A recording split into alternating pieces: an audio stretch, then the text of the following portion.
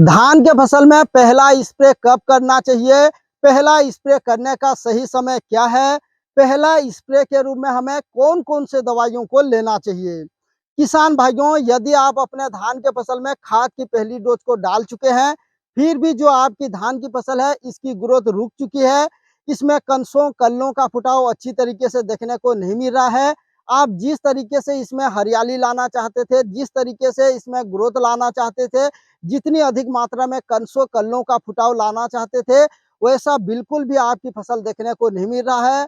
अभी भी जो आपकी फसल है, ये पीली-पीली पड़ करके इसकी जो ग्रोथ है, ये दब चुकी है, ग्रोथ रुक चुकी है। तो इस रुकी हुई ग्रोथ को आप फिर से बढ़ा सकते हैं। बस शर्त यह है कि आपको धान के फसल में पहला स्प्रे के रूप में कुछ चुनिंदा दवाइयों को स्प्रे करना होगा। किसान भाइयों, यदि आप अपने धान के फसल में पहला स्प्रे के रूप में इन चुनिंदा दवाइयों को आप स्प्रे कर लेंगे, तो फिर देखिए इसकी जो कमाल है, आपके धान के फसल में फिर से जो रुकी हुई ग्रोथ है, ये आ जाएगी। इसमें कंसों, कल्लों का फुटाव बहुत ही अच्छी तरीके से तेजी से देखने को मिलेगा। तो किसान भाइयों, आज मैं आप लोगों को धान की फसल में पहला स्प्रे के रूप में 2 ऐसे बेस्ट कॉम्बिनेशन बताने वाला हूँ।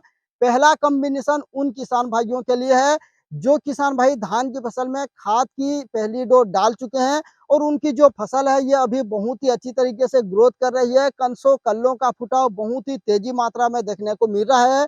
तो उन किसान भाइयों को मैं सजेस्ट करूंगा कि वो कॉम्बिनेशन नंबर 1 को स्प्रे करेंगे। और जिन किसान भाइयों की जो धान की फसल है, वो खाद डालने के बाद भी उनकी ग्रोथ रुक चुकी है, उनकी ग्रोथ दब चुकी है और जो फसल है, ये अभी पीली पड़ के इसकी जो ग्रोथ है, ये पूरी तरीके से दब चुकी है। तो उन किसान भाइयों को मैं सजेस्ट करूंगा कि कॉम्बिनेशन नंबर 2 को स्प्रे करें। किसान भाइयों, तो ये कौन सा कॉम्बिनेशन है, कौन सा दवाई है और इसे हमें कब स्प्रे करना चाहिए, पूरा जानकारी के लिए वीडियो पर अंत तक जरूर बने रहें। जानकारी पसंद आए तो वीडियो को ज्यादा से ज्यादा लाइक कीजिए और अपने दोस्तों, अपने किसान भाइयों के साथ शेयर कीजिए, जिससे कि उनको भी लाभ मिल सके। तो किसान भाइयों, पहला कॉम्बिनेशन नंबर उन किसान भाइयों के लिए है, जो किसान भाई अपना जो धान की फसल है, इसकी जो ग्रोथ है, ये बहुत ही अच्छी तरीके से ला चुके हैं। कंसों, कल्लों का फुटाव अच्छी तरीके से देखने को मिल रहा है। तो उन किसान भाइयों को बस कीटों के ऊपर कंट्रोल करना है, फंगस जनित बीमारियां, बैक्टीरिया जनित बीमारियों को नियंत्रण करना है। तो उन किसान भाइयों को मैं सजेस्ट करूंगा कॉम्बिनेशन नंबर 1। और कॉम्बिनेशन नंबर 1 के तौर पर आप धान के फसल में पहला स्प्रे के रूप में ले सकते हैं किसी भी अच्छे कंपनी की बाइफेंथ्रिन 10%, जो कि ईसी और एससी दोनों फार्मूलेशन में आता है। इसे आप लेते हैं तो प्रति एकड़ 400 ml ले सकते हैं। इसके अलावा आप ले सकते हैं डेल्टा मेथ्रिन 11%, जो कि ये भी ईसी फार्मा में आता है। इसे लेते हैं तो इसे आपको प्रति एकड़ 350 से 400 ml लेना है। यदि इसे भी आप नहीं लेते हैं तो इसके अलावा आप ले सकते हैं किसी भी अच्छे कंपनी की लेमडा साइलोथ्रीन 4.9%, जो कि जेडसी फार्मूलेशन में आता है। इसे आप लेते हैं तो प्रति एकड़ इसे भी आपको 400 ml लेना है। इसी के साथ आपको किसी भी अच्छा कंपनी की हेक्साकोनाजोल 5%, जो कि एससी फार्मूलेशन में आता है, इसे आपको प्रति एकड़ 500 ml लेना है। और इसी के साथ आपको किसी भी अच्छे कंपनी की कासुगामाइसिन 3.7%, जो कि एसएल फार्मा में आता है, इसे आपको प्रति एकड़ 300 से 350 ml लेना है। इन सभी दवाइयों को मिलाकर के आप धान के फसल में पहला स्प्रे के रूप में कर सकते हैं।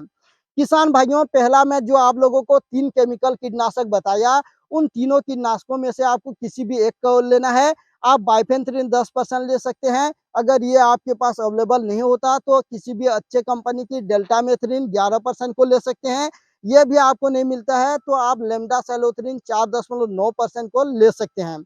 इसी के साथ आपको हेक्साकोनाजोल और वेलिडामाइसिन या कासुगामाइसिन को मिला लेना है और अपने धान के फसल में पहली स्प्रे के रूप में कर लेना है। किसान भाइयों, यदि इस समय आप अपने धान के फसल में पहला स्प्रे के तौर पर कर लेंगे तो जितने भी शुरुआती अवस्था में जो तनाछेदक सुंडी है, इल्ली है और जो भी दूसरे प्रकार के कीट है, उन सभी को नियंत्रण कर लेगा।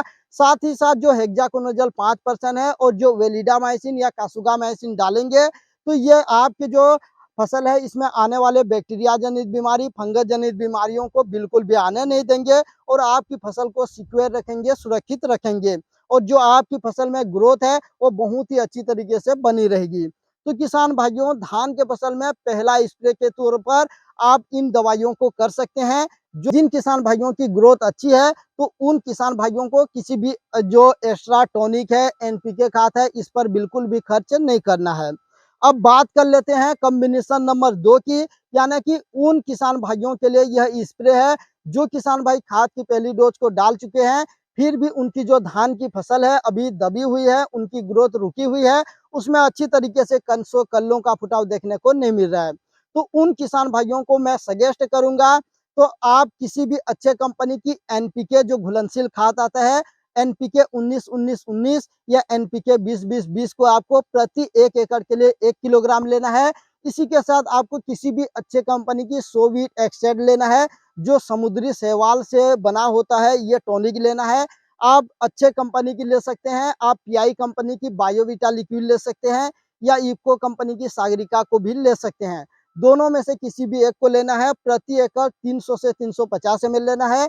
इसी के साथ आपको किसी भी अच्छे कंपनी की एक माइक्रो न्यूट्रिएंट लेना है, माइक्रो न्यूट्रिएंट लिक्विड वाला लेना है। इसमें मुख्य रूप से जिंक, मैग्नीज, सल्फर, बोरान ऐसे सभी प्रकार के सूक्ष्म पोषक तत्व हो, ऐसे जो टॉनिक आते हैं, जो माइक्रो न्यूट्रिएंट वाला लिक्विड आते हैं, इसे लेना है। माइक्रो न्यूट्रिएंट के तौर पर आप ले सकते हैं, सबसे बेस्ट जो रहता है मल्टीप्लेक्स कंपनी की क्रांति के नाम से आता है, या सिजेंटा कंपनी की इसाबियोन के नाम से आता है।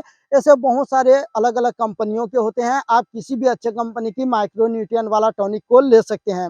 इसे भी आपको प्रति एकड़ 300 से 350 ml लेना है, और इन सभी को पहले आपको एक घोल बना लेना है।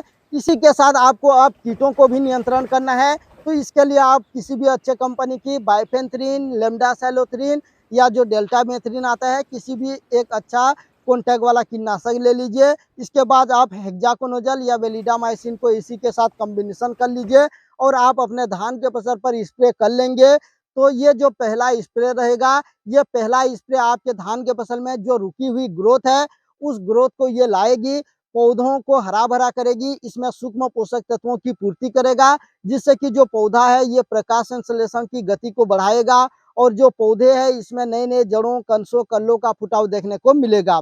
साथ ही साथ आप जो कीटनाशक डालेंगे उससे जो तनाछेदक, सुंडी, इल्ली आने वाले होते हैं, या जो फंगस जनित बीमारी आने वाले होते हैं, जैसे ब्लास्ट, सीड ब्लाइट या जो बैक्टीरिया जनित बीमारी होते हैं, उनको आने से पहले ही रोक देगा।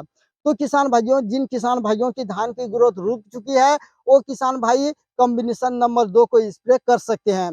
तो मैं उम्मीद करता हूं आज की यह जानकारी आप लोगों को जरूर पसंद आई होगी। जानकारी अच्छी लगी तो वीडियो को ज्यादा से ज्यादा लाइक करके शेयर कीजिए, क्योंकि आपके एक एक लाइक की वजह से इसी तरह के नए नए वीडियो बनाने के लिए हमें मोटिवेशन मिलता है। तो वीडियो को ज्यादा से ज्यादा लाइक कीजिए, चैनल पर नए आए हैं तो सब्सक्राइब जरूर कर लीजिए, क्योंकि मैं खेती से संबंधित इसी तरह के रियलिटी जानकारी लाता रहता हूँ। तो फिर मिलते हैं नई जानकारी के साथ अगले वीडियो में। तब तक के लिए जय जवान, जय किसान।